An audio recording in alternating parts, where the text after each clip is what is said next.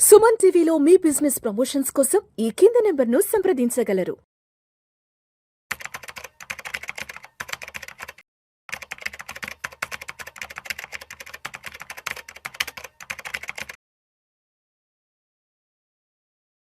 Sir Ramachandramurthy గారు నమస్తే sir. నమస్తే విష్ణు గారు. Welcome to Vishnu talks. Thank you sir. Sir Ramachandramurthy గారు, బంగారం వెండి ధరలు విపరీతంగా పెరిగిపోతున్నాయి.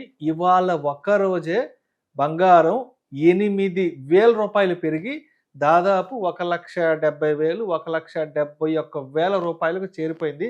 24 క్యారెట్లు 10 గ్రాముల బంగారం. ఇక వెండి విషయానికి వస్తే ఆల్మోస్ట్ ఇవాళ 1 గ్రాము వెండి 382 రూపాయలు. సో కేజీ వచ్చేసి 3,82,000 రూపాయలు.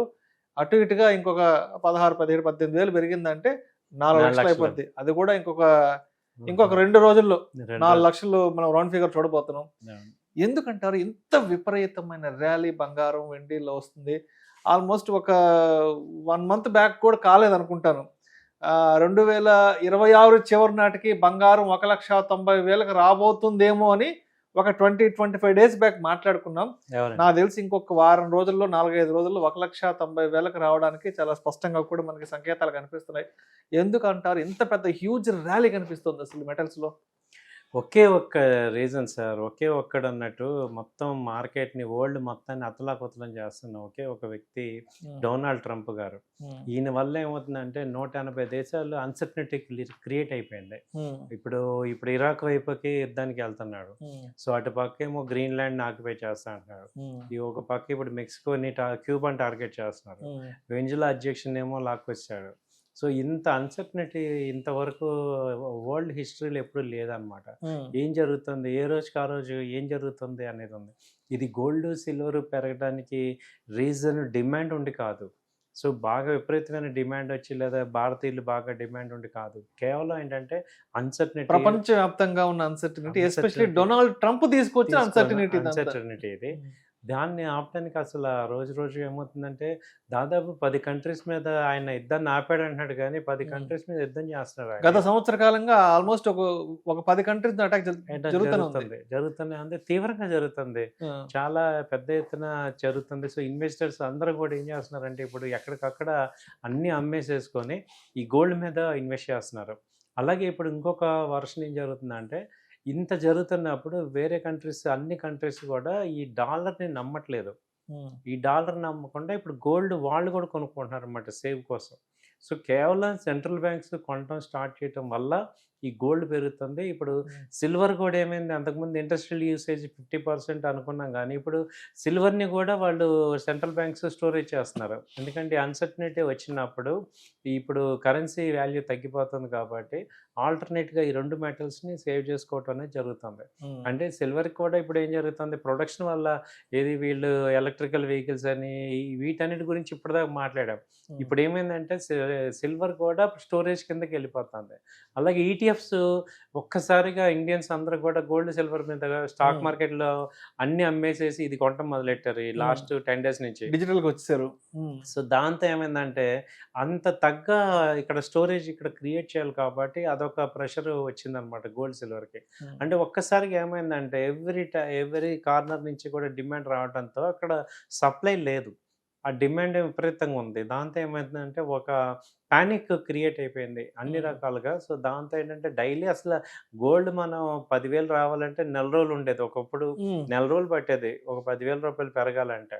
అలాంటిది ఇవాళ అసలు రోజుకి 10,000 8,000 పెరుగుతున్నాయి. 24 గంటల్లో 10,000 15,000 పెరుగుతుంది. అంటే ఏంటంటే ఒక పక్క అక్కడ టెన్షన్ క్రియేట్ అవ్వటం, రెండో పక్క ఏంటంటే ఈ రీటైల్ క్లయింట్స్ అందరూ కూడా ఇక గోల్డ్ బాగా పెరిగిపోతుంది, సిల్వర్ బాగా పెరిగిపోతుందని క్లారిటీ వచ్చేసింది. ఒక రకమైన ఎమోషన్తో బయింగ్ చేస్తున్నారు. అది నిజమే కాదు తెలియదు, ఎందుకంటే మనందరికీ తెలిసి ఇంత హై రేట్లో కొంటున్నాము అంటే అది డౌన్ అయినప్పుడు చాలా ప్రమాదం అవుతుందని కూడా తెలుసు కదా.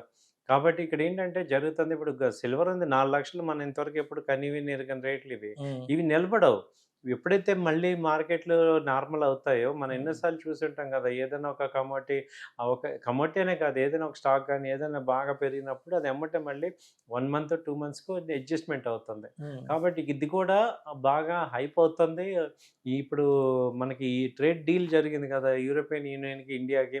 సో ఇప్పుడు ఆయన ఏంటంటే యాంటీ కంట్రీస్ ఎక్కువైపోయినాయి.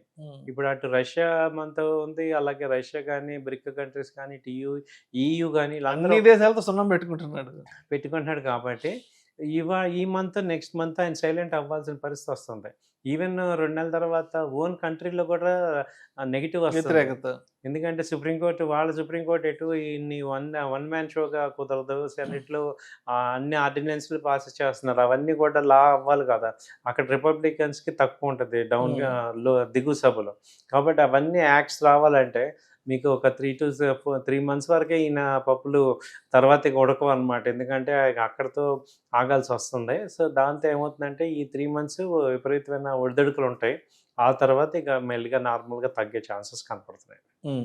సో కాబట్టి ఏంటంటే గోల్డ్ సిల్వర్ అసలు ఇంత ర్యాలీ అనేది ఇంకా సస్టైన్ అవుతుంది. దాన్ని ఇనర్షియా అంటాం అనమాట. ఇంకా పెరగటాన్ని అసలు ఇప్పుడు ఏంటంటే బేస్ అయిపోయింది యాక్చువల్గా, ఇంకా కొంత ఇనర్షియా మీద పెరుగుతూ ఉంటుంది.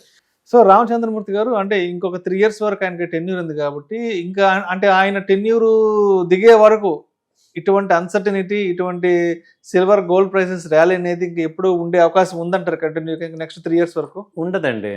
ఎందుకంటే ఇప్పుడు ఈ ఫస్ట్ 1 year ఎవరైనా రెచ్చిపోయేది, నెక్స్ట్ 1 yearకి ఏమవుతుందంటే ఇవన్నీ కూడా ఆర్డినెన్స్లు అన్ని 6 monthsలో పాస్ చేయాలి. ఇప్పుడు అధ్యక్షుడు ఆయన డెసిషన్ తీసుకున్నా కాంగ్రెస్ యాక్సెప్ట్ చేయాలి కదా. అక్కడికి వచ్చేపాటికి మెలికలు వస్తాయి అన్నమాట. తర్వాత ఏమవుతుందంటే ఈ 1 year తర్వాత ఈయన అట్రాక్షన్ కోసం చేస్తాడు. ఫస్ట్ 1 year మేము ఉన్నామని, ఆ తర్వాత ఎవరైనా తత్వం బోధపడదు. ఆ తర్వాత అక్కడ పొలిటికల్ ఎంటర్ప్రినర్స్ వీళ్ళందరూ కూడా స్లోగా కంట్రోల్ తీసుకుంటారు. సో ఇంకో 6 నెలలు ఉంటుంది ఆయన హవా అంతా. ఆ తర్వాత ఇక మామూలు అవుతుంది. ఎందుకంటే లాస్ట్ ఇయర్ ఎట్టి ఎవరు ఆయన మాట వినరు. ఎందుకంటే యుఎస్ లో ఏంటంటే అధ్యక్షుడు మారిపోతాడు అనమాట, 2 సార్లు చేసేది. 2 సార్లు అక్కడ కాబట్టి లాస్ట్ ఇయర్ ఆయన మాట ఎవరు వినరు. సో 2026 వరకు ఉంటదేమో ఆయన హవా, ఇంకో 6 నెలలు ఉంటది. ఆ తర్వాత 27లో ఇక తగ్గిపోద్ది. సో కాబట్టి ఏంటంటే గోల్డ్ సిల్వర్ కూడా మాక్సిమం వెళ్ళిపోయినాయి. అన్బేరబుల్ ప్రైసెస్ కి వెళ్ళి ఎగ్జాక్ట్లీ మంచి మాట చెప్పారా. కొంత కరెక్షన్ అయితే ఎక్స్పెక్ట్ చేస్తున్నాం. ఇది అన్బేరబుల్ కాబట్టి కొన్ని వాళ్ళు చాలా జాగ్రత్తగా ఉండాలి. ఇక్కడ నేను బై చేస్తాను అంటే బ్లైండ్ గా ఎమోషనల్ గా వెళ్ళి దొరికిపోకూడదు, కొంచెం జాగ్రత్త పడాలి అందరం. ఎందుకంటే బాగా హై రేట్లకి వెళ్ళి అన్బేరబుల్గా వెళ్ళిపోయాం కాబట్టి కొంచెం మనం చూసుకోవాలి. సో ఎనీ టైం ఆయన సైలెంట్ అయ్యే ఛాన్సెస్ ఉన్నాయి. ఎందుకంటే ఇండియాతో అగ్రిమెంట్ అయిపోయిందంటే ఆ యూరోపియన్ యూనియన్తో వాళ్ళు మళ్ళీ అగ్రిమెంట్ అయిందంటే నార్మల్ అయిపోవాలి. ఆల్రెడీ నిన్న మన మోడీ గారు ఇచ్చిన షాక్ తత్వం కూడా కొంచెం కూడా అర్థమైపోతుంది. ఎవరు కూడా సింగిల్ హ్యాండెడ్గా లీడ్ చేయలేరు. ఇదేమి second world war, first world war లాగా, హిట్లర్ లాగా అలాంటిది మళ్ళీ అయ్యే పరిస్థితి చాలా తక్కువ ఉంది. సో ఏదో చిన్న కంట్రీలు భయపడతారు కానీ పెద్దవాళ్ళని ఎవరిని ఏం చేయలేడు ఆయన. కాబట్టి ఏంటంటే వరల్డ్ ఇప్పుడు ఏంటంటే బ్యాలెన్స్డ్గా ఉంది. యుఎస్ ఒక్కటి ఏం చేయలేదు. ఇప్పుడు EU కూడా మనతో వచ్చేసింది కాబట్టి సో బ్యాలెన్స్ అవ్వాల్సింది ఆయన కంపల్సరీ. ఇక ఒక 1 month చూడండి కొంచెం నార్మల్ అయిపోతారు. Right sir. Thank you sir. Thank you so much. Thank you.